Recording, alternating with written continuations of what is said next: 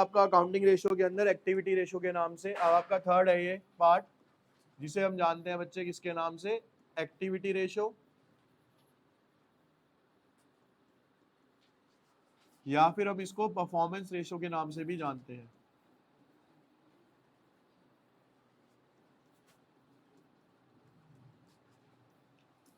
इसके अंदर बेटा 6 रेशोज आएंगी टोटल में हमारी, जिसमें सबसे पहली रेशो जो है ए, वो आती है बेटा मेरी यहाँ पे इन्वेंट्री टर्नओवर रेशो।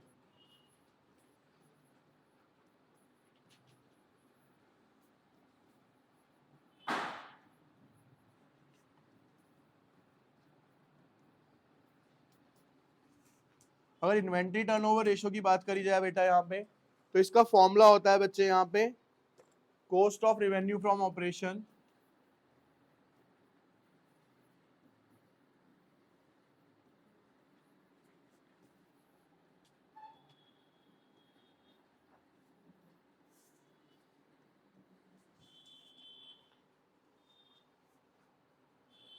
जिसे हम कॉस्ट ऑफ गुड्स सोल्ड के नाम से भी जानते हैं, कॉक्स बोलते हैं इसको हम, अपॉन में average inventory.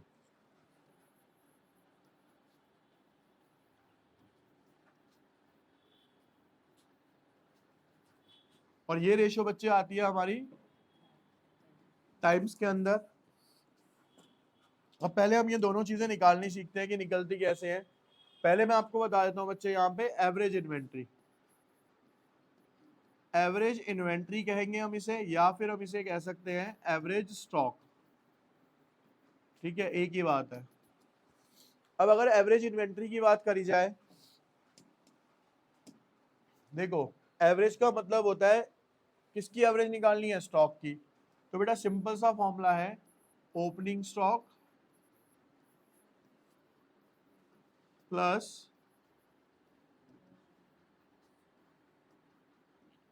Closing stock upon में 2। ठीक है, ये सिंपल फॉर्मूला है। ओपनिंग और क्लोजिंग स्टॉक दिया होगा या कुछ इक्वेशंस दिए होंगे जिससे हम ये निकाल सकते हैं। ठीक है, अगला देखेंगे बच्चे इसके बाद। अब इसे शॉर्ट में लिख देता हूं कॉस्ट ऑफ गुड्स सोल्ड। इसके अंदर ना बच्चों को कंफ्यूजन रहती है, सर फॉर्मूला कैसे याद करें। ये बेटा कोई फॉर्मूला बेसिक है आपका। भाई अगर मेरे को यहाँ पे निकालना है सेलिंग प्राइस, तो क्या फॉर्मूला होगा ये समझो आप। भाई कॉस्ट प्लस में ग्रॉस प्रॉफिट। कैसे भाई, 10 रुपए की चीज थी, 2 रुपए के प्रॉफिट पे बेची, तो टोटल सेलिंग प्राइस कितना हो गया यहाँ पे, 12 रुपए में बेचा। अब कॉस्ट ऑफ गुड्स सोल्ड का मतलब है मुझे क्या निकालना है, ये निकालना है। क्या निकालना है, सिर्फ cost of goods sold. Selling price नहीं निकालना, उसकी कॉस्ट निकालनी है। तो अगर बेटा कॉस्ट निकालनी पड़े किसी चीज की, तो क्या हो जाएगा यहाँ पे, selling price minus gross profit, या फिर अगर ग्रॉस लॉस है तो वो क्या हो जाएगा यहाँ पे, प्लस हो जाएगा। इसी एग्जांपल को अगर लूं, सेलिंग प्राइस कितना था 12, ग्रॉस प्रॉफिट कितना था 2, कॉस्ट कितनी आ गई 10, और एक्चुअल में भी कितनी है यहाँ पे। समझ आ गया फॉर्मूला कैसे बना है वो। तो फॉर्मूला इजी है, लेकिन सिर्फ क्या है कॉम्प्लिकेटेड सा थोड़ा सा कर दिया उसके अंदर। अब बेटा बहुत ध्यान से समझना यहाँ पे मैं जो लिख रहा हूँ। ठीक है, एक तो फॉर्मूला जो बुक के अंदर लिखा हुआ है वो है यहाँ पे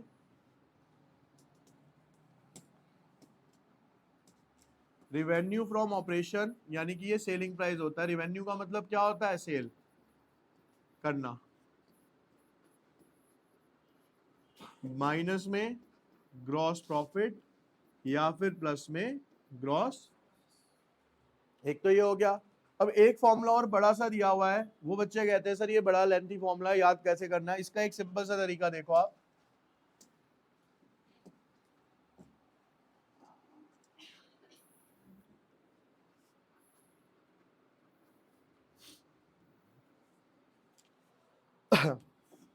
देखिए बच्चे इधर, अब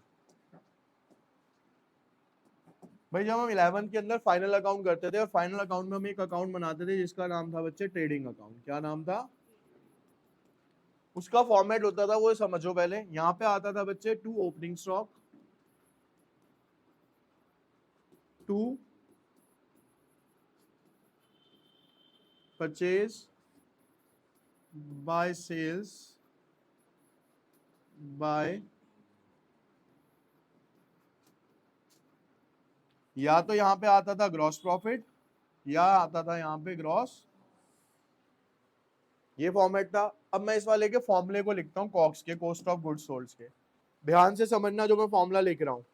भाई मैंने यहाँ पे लिखा ओपनिंग स्टॉक प्लस में नेट परचेजेस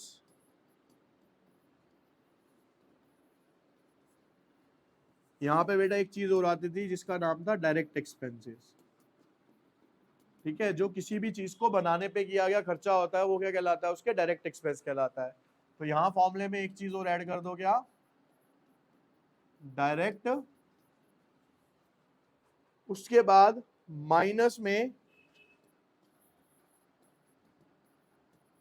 क्लोजिंग स्टॉक, क्योंकि यहाँ पे जो दिया हुआ है ना ये कॉक्स ही दिया होता है बेसिकली हमारा।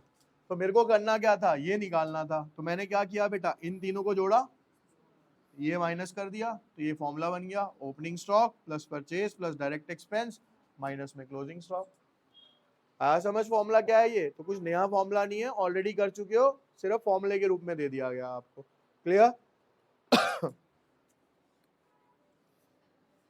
चलिए अब आगे इसका एक क्वेश्चन देखते हैं बेटा।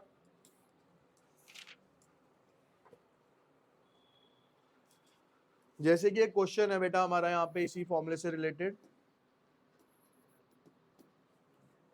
कहता है कि ओपनिंग स्टॉक जो है वो है मेरे पास 30,000, परचेजेस है बेटा मेरे पास 69,000,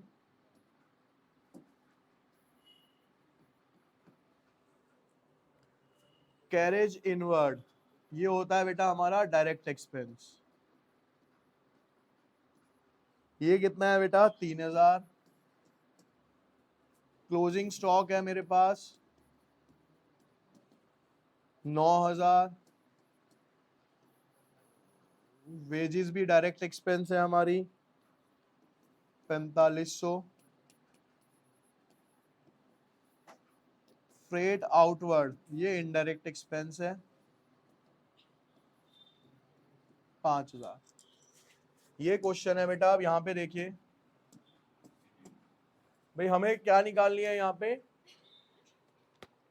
सबसे पहले हमें क्या चाहिए, एक चीज करके निकालते हैं, एवरेज स्टॉक। एवरेज स्टॉक का फॉर्मूला क्या बताया मैंने, opening stock plus closing stock. तो ओपनिंग कितना है बेटा 30,000, क्लोजिंग कितना दे रखा है अपॉन में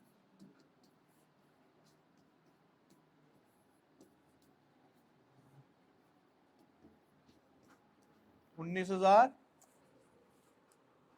ठीक है, उसके बाद हमें क्या निकालना है बेटा, कॉस्ट ऑफ गुड्स सोल्ड। क्या निकालनी है, कॉस्ट ऑफ। फॉर्मूला देखो इसके अंदर जिस तरीके का मटेरियल दिया हुआ है, तो इसमें रेवेन्यू तो दे नहीं रखा हमें, ना ग्रॉस प्रॉफिट दे रखा, क्या दे रखा है, ओपनिंग स्टॉक। ले लो, फॉर्मूला क्या है, opening stock plus purchases plus में डायरेक्ट एक्सपेंस। डायरेक्ट एक्सपेंस कौन सा है, एक तो 3,000 और एक ये 4,500 माइनस में क्लोजिंग स्टॉक वो कितना है बेटा 9,000। सॉल्व करते हैं बच्चे इसको माइनस करके, तो ये आ जाता है आपका 97,500। कितना आया 97,500। तो अब हमें क्या निकालनी है, इन्वेंट्री टर्नओवर। फॉर्मूला क्या है बच्चे इन्वेंट्री टर्नओवर का, भाई कॉक्स कितना आया 97,500 अपॉन में एवरेज स्टॉक कितना आया, कट कर दो इसको, ये कट करके आ रहा है आपका बेटा यहाँ पे 5 गुना यानी कि 5। ठीक है, देखिए बच्चे इधर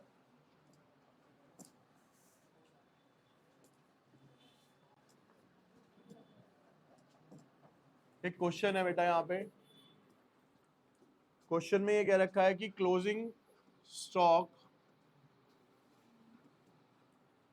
68,000, टोटल सेल्स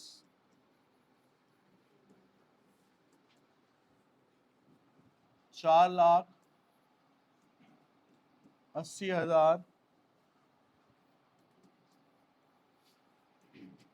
including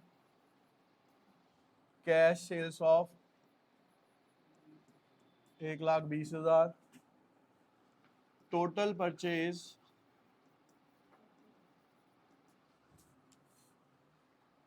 3,60,000 including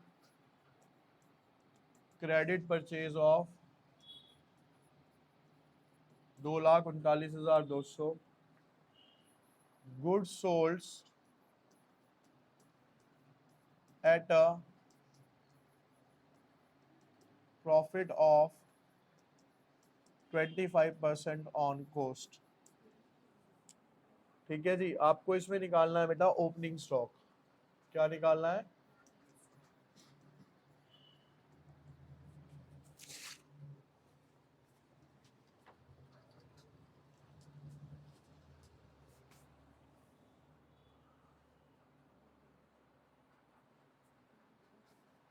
देखिए बेटा इधर भाई, अब मेरे पास एक फॉर्मूला आता है, ध्यान से सुनना, जो अभी हमने लिखा था। मैंने बेटा एक कॉक्स का फॉर्मूला लिखा था यहाँ पे, कॉस्ट ऑफ गुड्स सोल्ड, तो वो हमें दे रखी है यहाँ पे, है ना। हमें क्या चाहिए यहाँ पे? कॉस्ट नहीं दे रखी है, टोटल सेल दे रखी है फिलहाल। फॉर्मूला क्या था यहाँ? Opening stock plus purchase plus direct expenses अगर है तो, माइनस में क्लोजिंग स्टॉक। इस तरीके से होंगे क्वेश्चन, जरा ध्यान से देख लो बच्चे इसको। भाई ओपनिंग स्टॉक क्या है? क्वेश्चन मार्क, ये हमें गिवन है, ये हमें कॉस्ट हमें क्या करनी है अलग, ठीक है। अब यहां पे ध्यान से समझते हैं पहले, लेट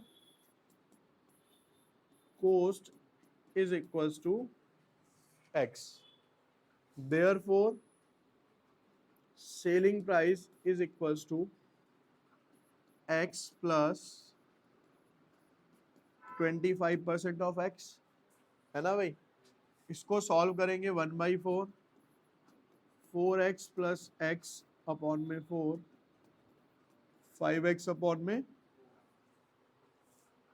अब बेटा हमारे पास सेलिंग प्राइस दिया कितना हुआ है, कितने की सेल करी है मैंने यहाँ पे? 4 लाख। तो x की वैल्यू निकालनी है, तो 4,80,000 इंटू में 4 डिवाइडेड बाय, ठीक है।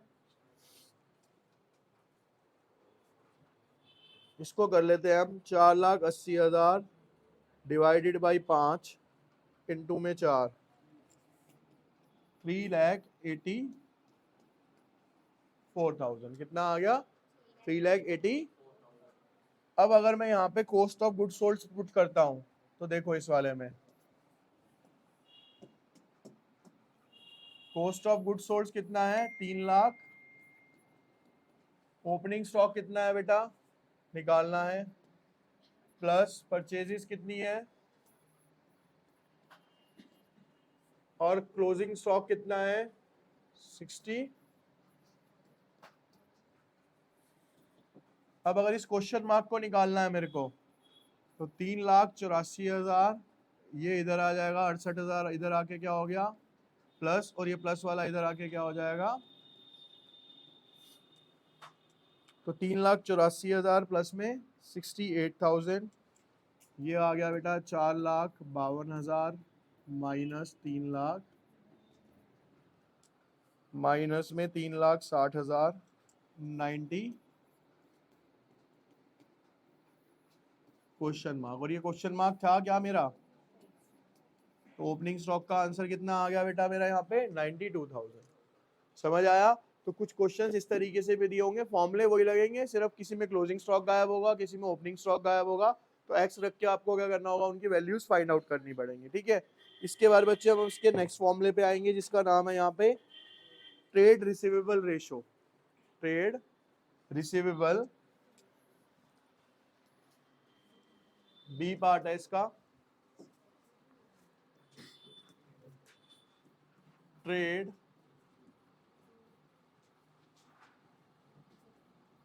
रिसीवेबल।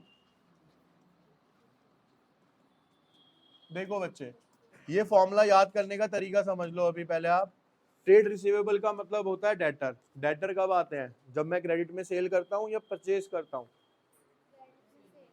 जब क्रेडिट में सेल करते हैं, डेटर वो होते हैं जिनसे मैंने पैसे लेने होते हैं। तो यहां पे आएगा बेटा नेट क्रेडिट सेल्स अपॉन में एवरेज डेटर्स। फॉर्मूला क्या हो गया? ठीक है, नेट क्रेडिट सेल अपॉन में एवरेज डेटर्स। अब जब इसको निकालना है तो हमें देखो फिर से क्या निकालना है सबसे पहले?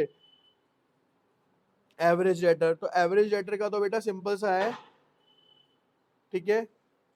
अगर मैं एवरेज डेटर का फॉर्मूला लिखूं यहां पे,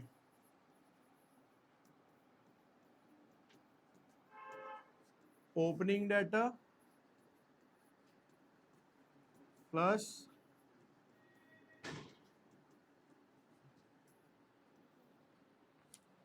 ये तो ओपनिंग क्लोजिंग हो गया।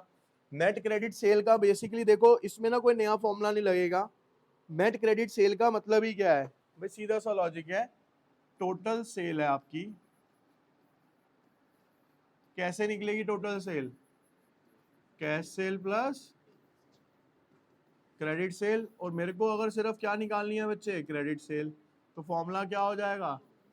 टोटल सेल माइनस में कैश सेल। ठीक है, तो ये बेसिक फॉर्मूला बन गया आपका। अब कोई भी अगर इस पे क्वेश्चन उठा लेते हैं हम, यहाँ पे जैसे क्वेश्चन दिया हुआ है यहाँ पे एक, इसमें क्या रखा है बेटा? Total net cell.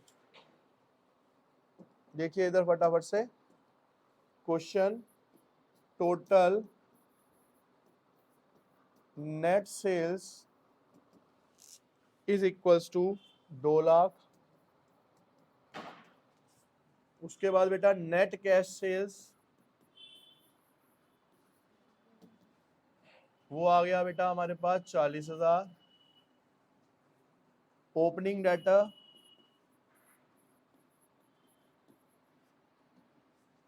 वो दिए हुए हैं 35,000। क्लोजिंग डाटा वो दिए हुए हैं बेटा मेरे को 55,000। ठीक है, अब देखो बेटा हमें दो चीजें चाहिए, एक तो क्रेडिट सेल।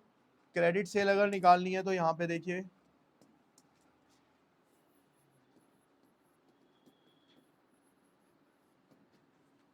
क्रेडिट सेल में क्या आएगा बेटा? टोटल सेल 2 लाख माइनस में कैश सेल कितनी है? 40,000। कितना हो गया बच्चे? ये 1,60,000। ठीक है, अब इसके बाद क्या चाहिए मेरे को यहाँ पे? Average debtor. उसका फॉर्मूला क्या है? Opening data plus closing data upon में 2, 80 90। कितना आ गया बेटा? ये 45,000। तो अगर फॉर्मूले में वैल्यू पुट करते हैं इसकी तो 1,60,000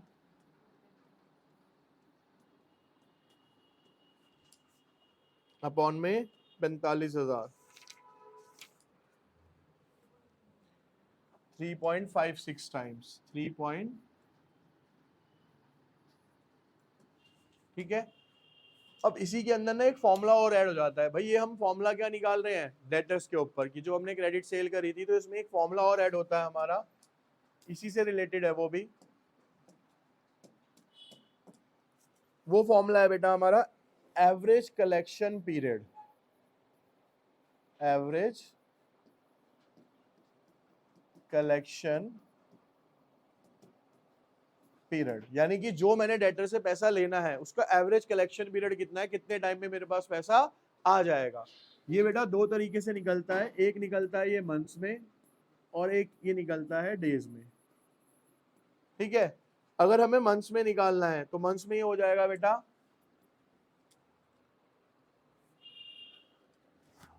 12 divided by trade receivable ratio multiply by, नहीं मल्टीप्लाई नहीं है, सीधा ही कर देंगे इसको, ठीक है। तो बेटा 12 से जो आपका आंसर आया है ना, 12 को उससे डिवाइड कर दो। क्या करो, जो आंसर आया है 12 से क्या कर दो, 12 को उससे डिवाइड कर दो, ठीक है। और ऐसे ही अगर आपने डेज में निकालना है तो डेज में क्या करोगे आप, 365 डिवाइडेड बाय TRR। जैसे कि अगर मैं इस क्वेश्चन की बात करूं, हमारा आंसर कितना आया था 3.56, ठीक है। तो अगर इसके अंदर हम जाएं तो 12 डिवाइडेड बाय 3.56, तो इसके अंदर आंसर आएगा बेटा हमारा 3.37 मंथ्स, एवरेज पीरियड मंथ्स के अंदर। डेज की बात करूंगा तो 365 डिवाइडेड बाय 3.56, ये आएंगे बेटा 102.5 डेज। यानी ऑन एन एवरेज मेरे पास इतने दिनों के अंदर या इतने मंथ्स में क्या होगा, पैसा रिसीव हो जाएगा, ठीक है।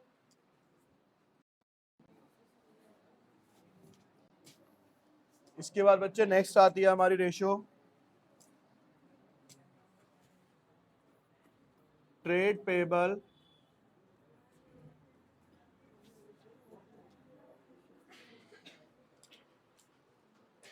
Turnover ratio.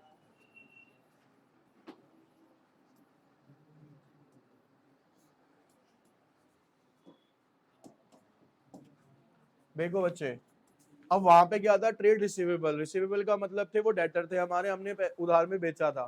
ट्रेड पेबल का मतलब है मेरी लायबिलिटी है, क्रेडिटर है, यानी मैंने इनसे उधार में खरीदा है। तो यहाँ पे भी सिनेरियो उसी तरीके से चेंज हो जाएगा, यहाँ पे आ जाएंगे आपकी बेटा नेट परचेजेस या नेट क्रेडिट परचेज आएगा बच्चे, नेट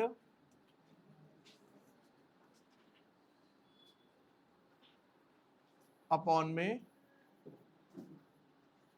एवरेज डेटर की जगह क्या हो जाएगा, ट्रेड पेबल्स या फिर क्रेडिटर्स। अब एवरेज क्रेडिटर निकालने का तो फॉर्मूला वही रहेगा हमारा, क्या, opening creditor plus closing creditor. और ऐसे ही बेटा अगर मेरे को क्या निकालनी है, नेट क्रेडिट परचेज,